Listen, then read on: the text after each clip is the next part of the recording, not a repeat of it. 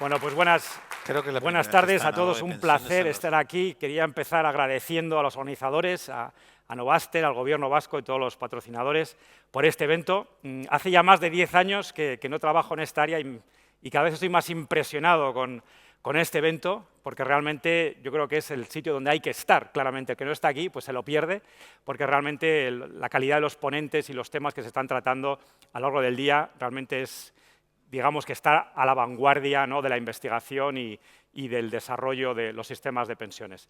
Esta tarde tenemos la gran oportunidad de escuchar a tres grandes ponentes, eminencias en el campo, que nos van a dar una perspectiva nacional. Yo creo que es muy importante siempre aprender de lo que hacen los otros, a veces para no hacer lo mismo y otras veces para adaptar lo que hacen otros a la situación nuestra en nuestro país. Cada uno tiene que hacer las reformas, los cambios, las mejoras a su manera, de manera que se adapte mejor a la situación socioeconómica, al nivel de desarrollo y a todas las peculiaridades institucionales y políticas del país.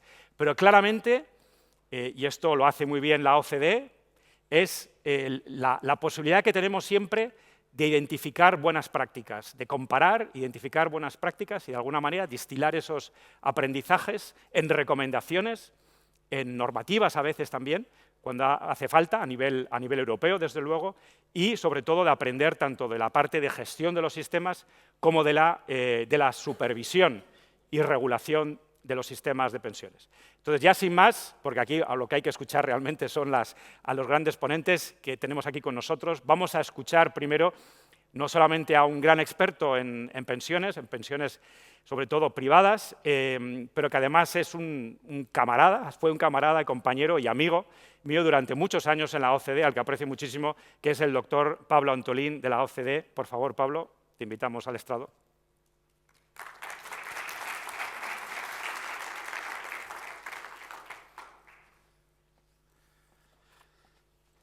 Buenas tardes. Con esto paso. Bueno, gracias. Y gracias a ustedes por estar aquí hoy. Yo voy a estar paseándome porque igual soy bastante nervioso.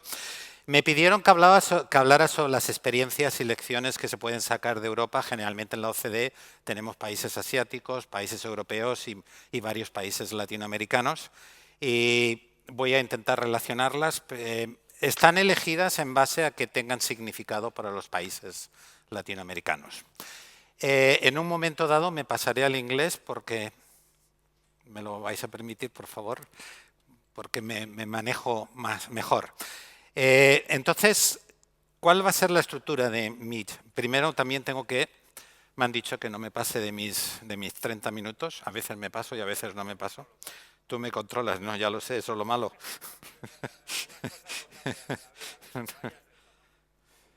Entonces empezamos a las 4:02, 30 minutos 32. The structure of my talk is going to be, first I'm going to show what has happened with asset-backed pensions. We use the term to refer to asset-backed pensions of all those pensions arrangements in which savings are invested, they earn a return, and when people retire, there are assets accumulated that will be used to finance retirement, whether they are defined contribution or defined benefits. The important thing is that there are assets backing. In Spanish or in French, which is the other language of the OECD, apart from English, the term is much easier, sistemas de capitalización. In English, it's much more difficult. Some people use funded. We use asset back. Then, given the evidence I will show from OECD countries, which again includes Latin American and Asian countries, I will talk about the implications and how they relate to important OECD messages with respect to pensions. And then I will present a few lessons that I think are important in this context that can be used for Latin American countries. When we talk about Latin American countries, we also think of countries like Argentina, where everything is a pay-as-you-go public pension, not just the Chilean and Mexican system, because as in Europe, you will see, there is a lot of variety in Latin America. So in this graph, we can see that the importance of asset-backed pensions have been growing. What it shows here is the amount of assets earmarked for retirement as a share of GDP in OECD countries. Why we say earmark? Because we only consider those assets that are for retirement. In certain countries, like France and Germany, there is a lot of savings that are used for retirement in life plans, but they are not earmarked for retirement. They can use it for whatever they want. So we don't include that. This is how the world was in 2020. This is how the world is today. So it has grown in many countries, and it has grown a lot. There were 14 economies with 50%, up from 11, 9 with more than 100%. And you can see that we have Iceland and Denmark as the one. And we are going to be hearing from Iceland immediately after me. But not only the amount of assets to finance retirement have increased enormously in OECD countries, it's also people that are participating and saving in these plans. Not only participating, that they have an account, no, they are also putting money in their account. And as you can see, here is all data for 2023, and on the left is the data previous that we have available for each country, and there is a shift to the right. So there has been a large increase. This is for compulsory systems. This is for automatic enrollment system, and this is for voluntary systems. So you can see a shift to the right, and which shows is that more and more people participate and save in asset-backed pensions. So assets and people participating. This is the other one. So we can see that, and what that means for us. Well, this is one that I will mention later. Here what you can see is that most pension funds in most OECD countries invest very conservatively, in particular in Europe. This will be a key point, and the presentation this morning about taking risk it's important here. So what are the implications with respect to the main OECD message? The OECD has always argued that it's important to diversify the sources to finance retirement. It's important to have pay-as-you-go. It's important to have asset-backed, because objectives are different, and the risk that pension systems face are quite important, and they are varied. Why? Well, as it was mentioned this morning, you start planning your retirement when you join the labor market, you retire 30 or 40 years later, and then you will continue in retirement for another 20 years, 25, 30 years. So this is a very long time. Nobody knows how the world is going to be in 20 years' time, let alone in 40 years' time. There is uncertainty, and that's why the world of pension is complicated, because we have to deal with that uncertainty. And different countries have different objectives. It doesn't mean that one objective is better than the other one. There is a whole range of objectives, and different countries give different weights, and we have to take that into account. So the OECD has always asked for diversification, which leads to multi-pillar pension system, and we have seen that this is what is going on. And of course, it's investing in the long term. So this is what I just said. Also, you cannot design as a back pension system in a way that doesn't take into account the context in which it's essential. So it has to complement the systems that exist. If you already have a pay-as-you-go system, you have to design it, take into account the pay-as-you-go system. If you are bringing both at the same time, you have. But the important thing is they need to complement. What does it mean they need to complement each other? Well, it means that when I retire, I will get a pension from the public system, and I will get a pension from the private system. And when you look at replacement rates, the countries that provide the largest replacement rates are those who have a multi-pillar system, because you get a replacement rate from your public pension, a replacement rate from your compulsory occupational plans, and a replacement rate from your personal plan. And this is about the different objectives and the different risks. And what do we have in most OECD countries? We have multi-pillar system. There are still a few countries that don't, but the majority are.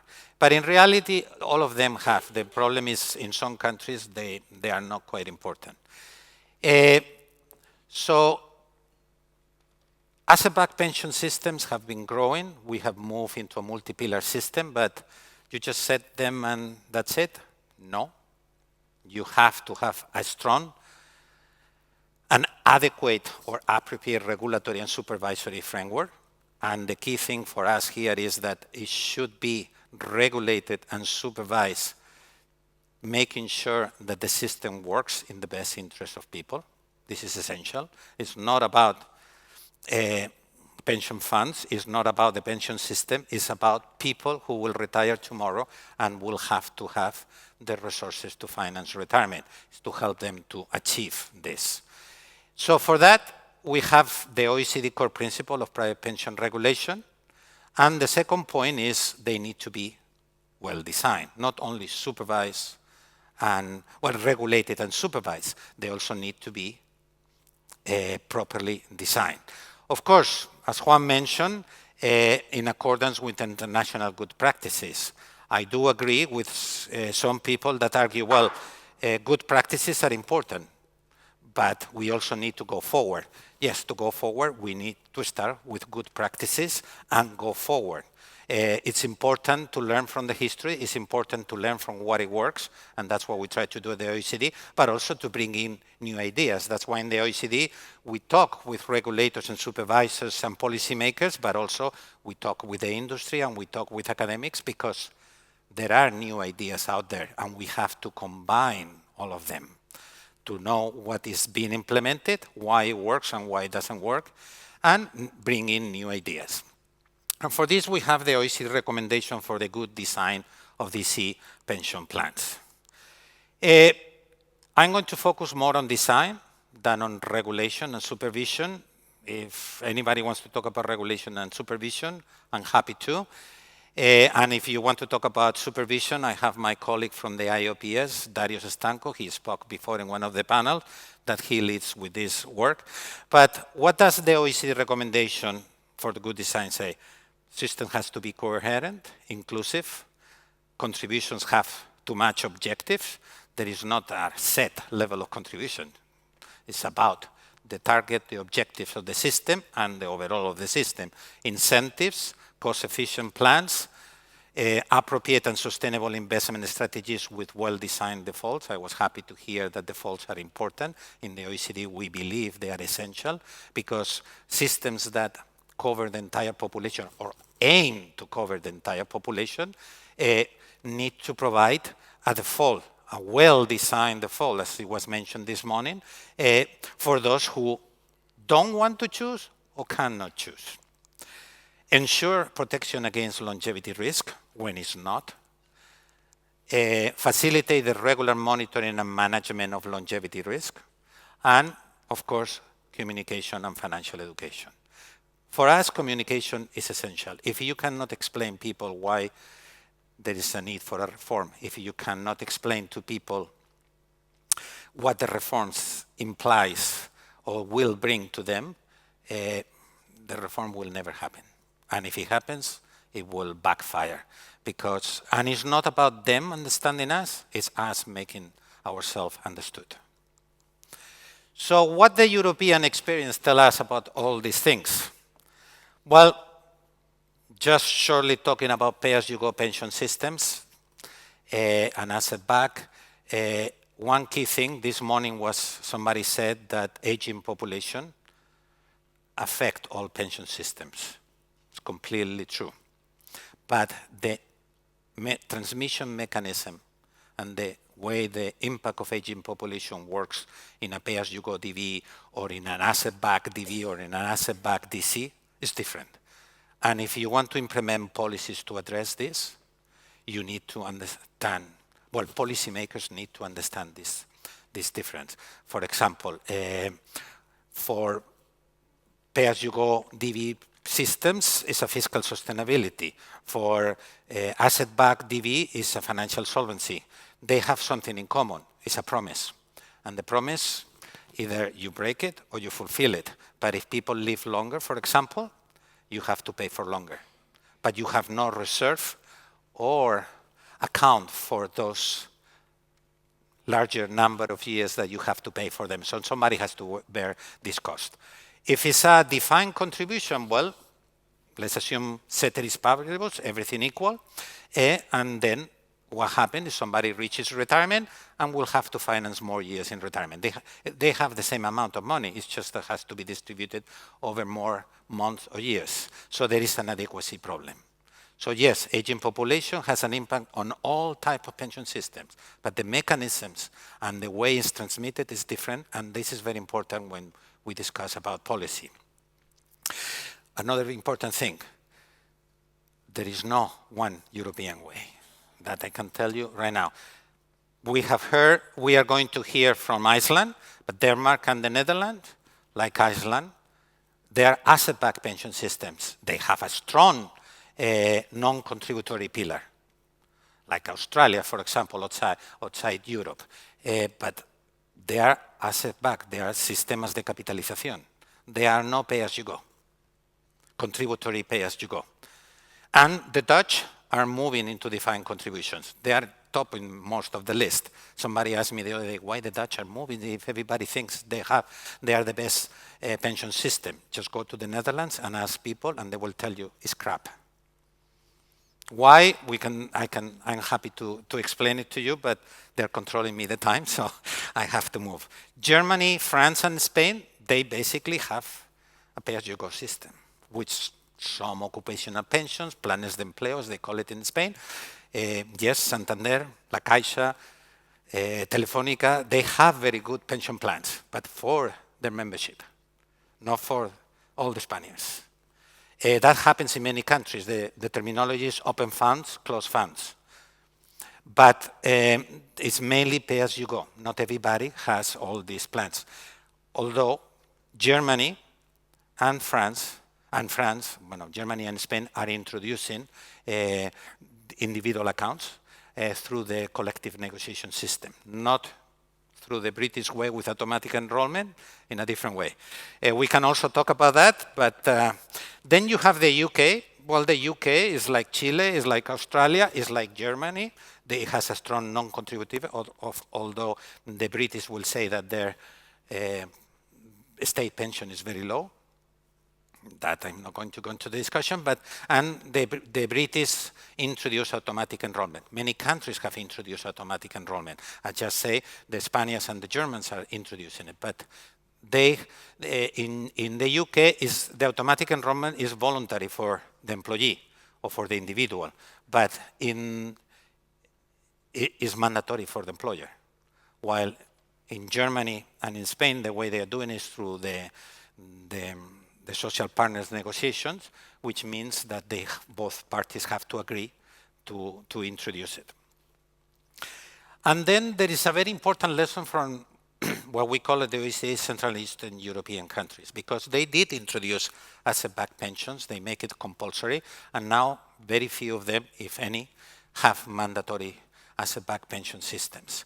And there were many lessons that could be learned. First, and this is very important from some European countries, but also for Latin American countries, is don't design the accumulation phase and forget about the payout phase.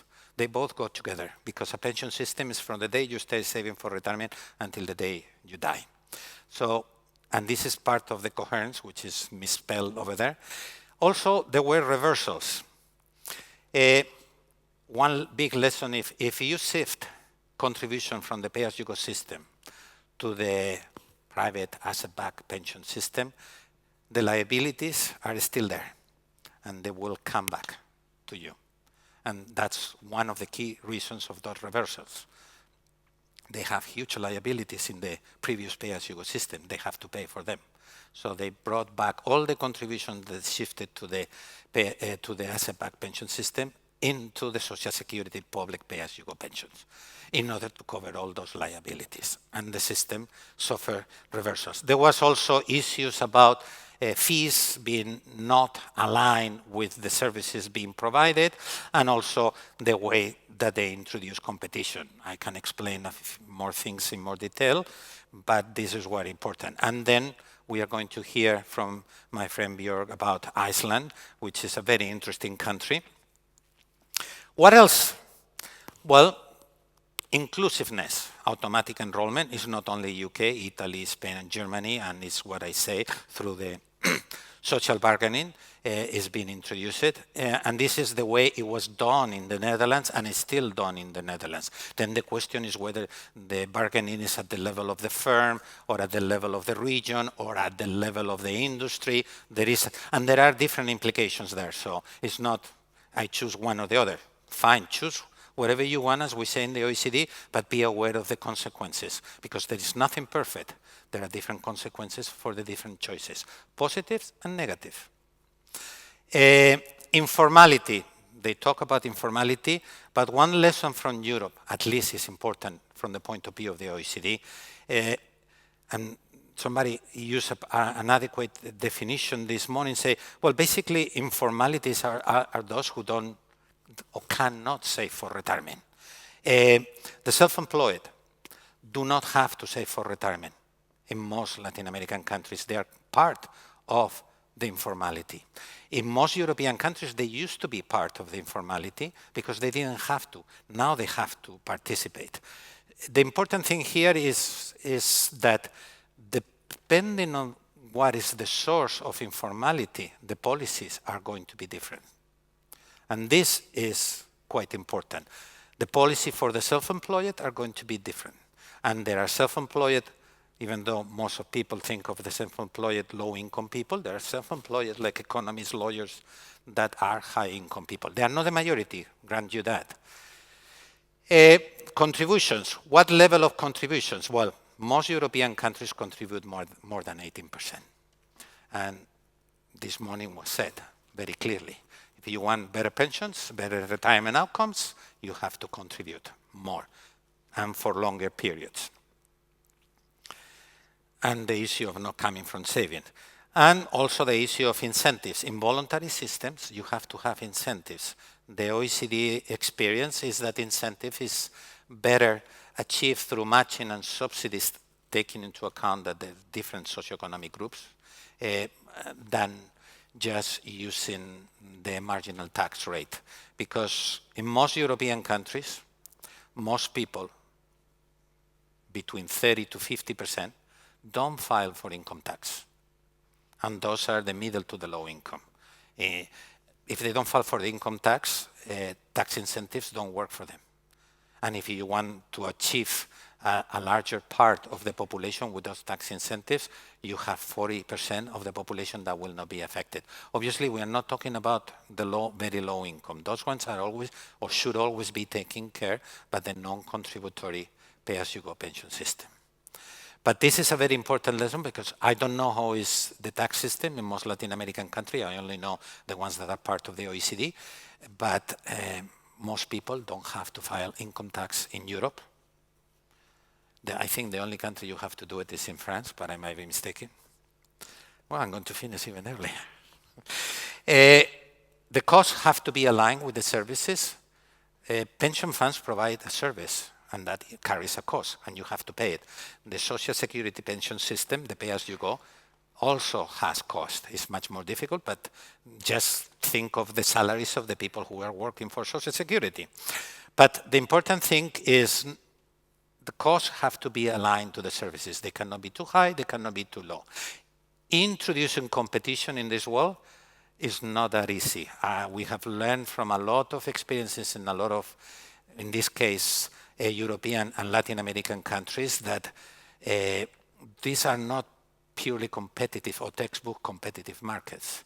You cannot really introduce competition by allowing many players or allowing people to shift from one pension to another pension freely and whenever they want. It doesn't work. It just increases the cost, and there is tons of evidence on that.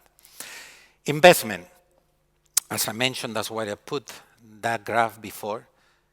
In most European countries, when I talk about Europe, I talk about all Europe, not only Western Europe.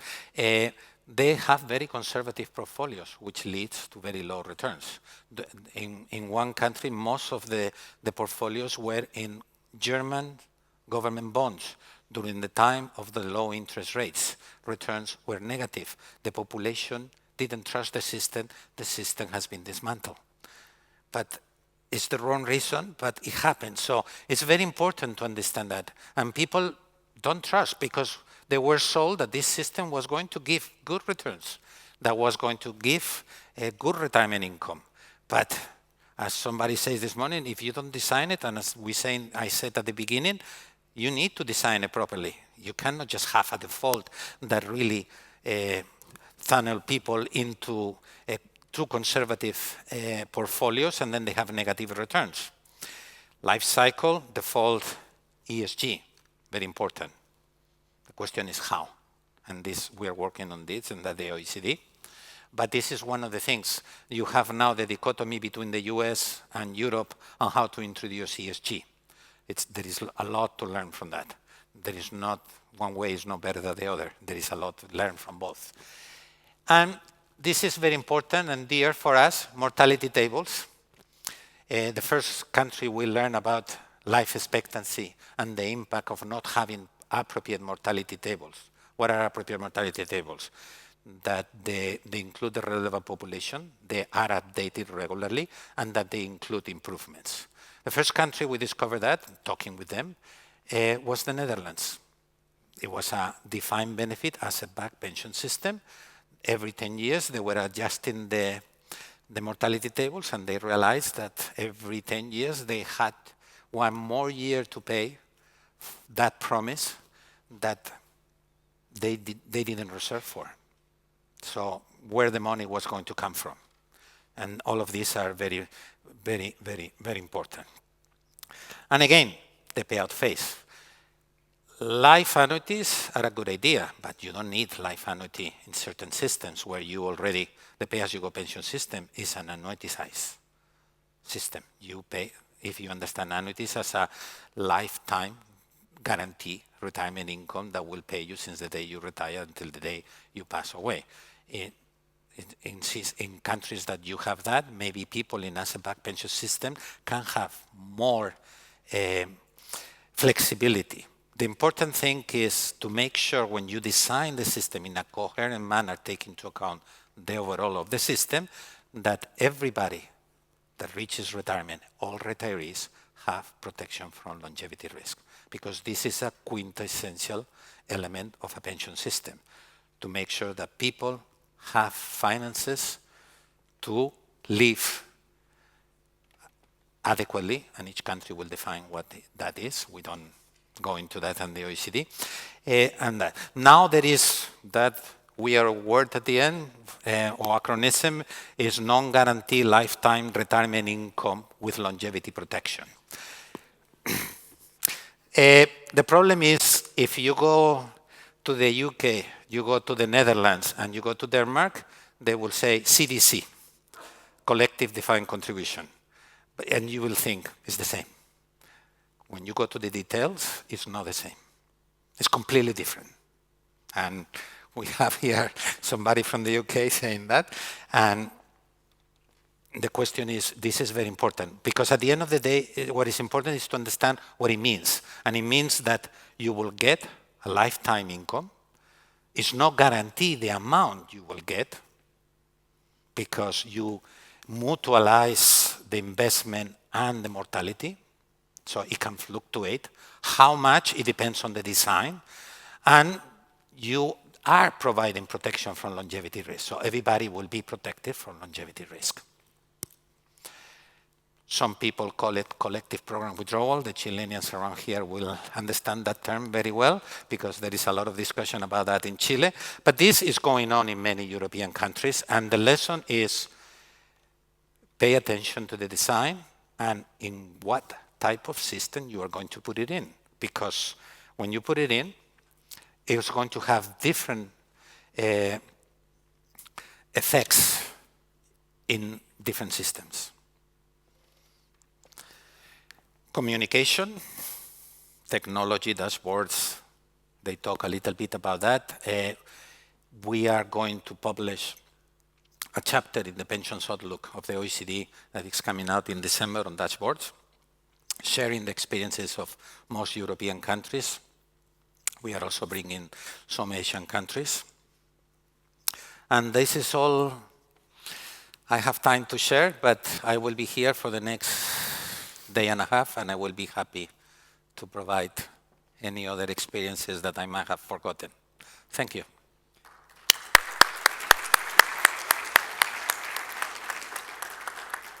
Cuatro minutos. Muy bien, pues tenemos un par de minutos para alguna pregunta. Yo sí que quería comentar algo a Pablo antes de pasar a la siguiente presentación y luego al final, cuando ya hayan hablado los tres ponentes, también tendremos unos minutos, yo creo, para comentar. No sé si hay alguna pregunta ahora mismo para Pablo o que preferís esperar al final. Yo sí que quería… Ahí hay una. ¿Sí? Ahí hay una pregunta. Adelante, por favor. El acrónimo, esos consonantes tan largas. ¿El acrónimo qué? ¿Qué quiere decir, no? Non-Guarantee Lifetime Income with Longevity Protection. LP Longevity Protection. Para el resto también, para facilitar el tiempo, no sé si se me escucha, sí, ahora sí. Para facilitar la gestión del tiempo, el resto también, si queréis, las preguntas pueden hacerse por escrito, el personal de sala tiene una serie de tarjetas para que podamos hacerlo de manera más ágil y aprovechar todos los minutos. Disculpa. Muy bien. No, yo solamente una pregunta que puede ser ahora o la podemos igual tratar después al final, pero está relacionada un poco por toda la convulsión que ha habido en los mercados, en los tipos de interés, ¿no?, en los últimos años y justamente el riesgo ese de conversión, cuál es el momento adecuado y si se ha pensado en mejorar, ¿no?, esa fase de transformación, ¿no?, del activo en un sistema de contribución definida, ¿no?, cuando lo transformas en una renta fija o una renta con algún tipo de protección de longevidad. Y luego también si eso a veces se intenta considerar también los otros objetivos del ahorro para la jubilación, que puede ser la salud y otros activos que puede tener la persona como la vivienda, ¿no? No sé si hay algún país en el que se esté empezando a mirar de una forma más holística el ahorro para la vejez, en el que se tengan en cuenta también estos otros objetivos y estas otras prioridades de ahorro que tienen también los hogares en la mayoría de los países, ¿no? Sí, y muchos países aquí se lo están planteando. Rainy day funds, as they call it in the US, pero la visión de la OCDE, y está en la recomendación para el buen diseño, es que obviamente esto debería, o sea, to tap into these savings, como se diga en español, es muy, o sea, lleva a problemas, porque si tú estás ahorrando para la jubilación, tú si sacas dinero para estos otros menesteres, vas a tener un problema de suficiencia el día de mañana. Y eso es un problema. Yo entiendo que el ahorro pues debe estar disponible para muchas cosas, pero esto es ahorro para financiar la jubilación. Entonces, debe de dedicarse siempre que se pueda, exclusivamente para financiar la jubilación, no para lo otro. Para lo otro tiene que haber otro tipo de ahorros. Eso no quita que en circunstancias excepcionales y que realmente son imposibles de llevar, exista como último recurso y en circunstancias personales utilizar parte de este ahorro. Pero como regla general, no.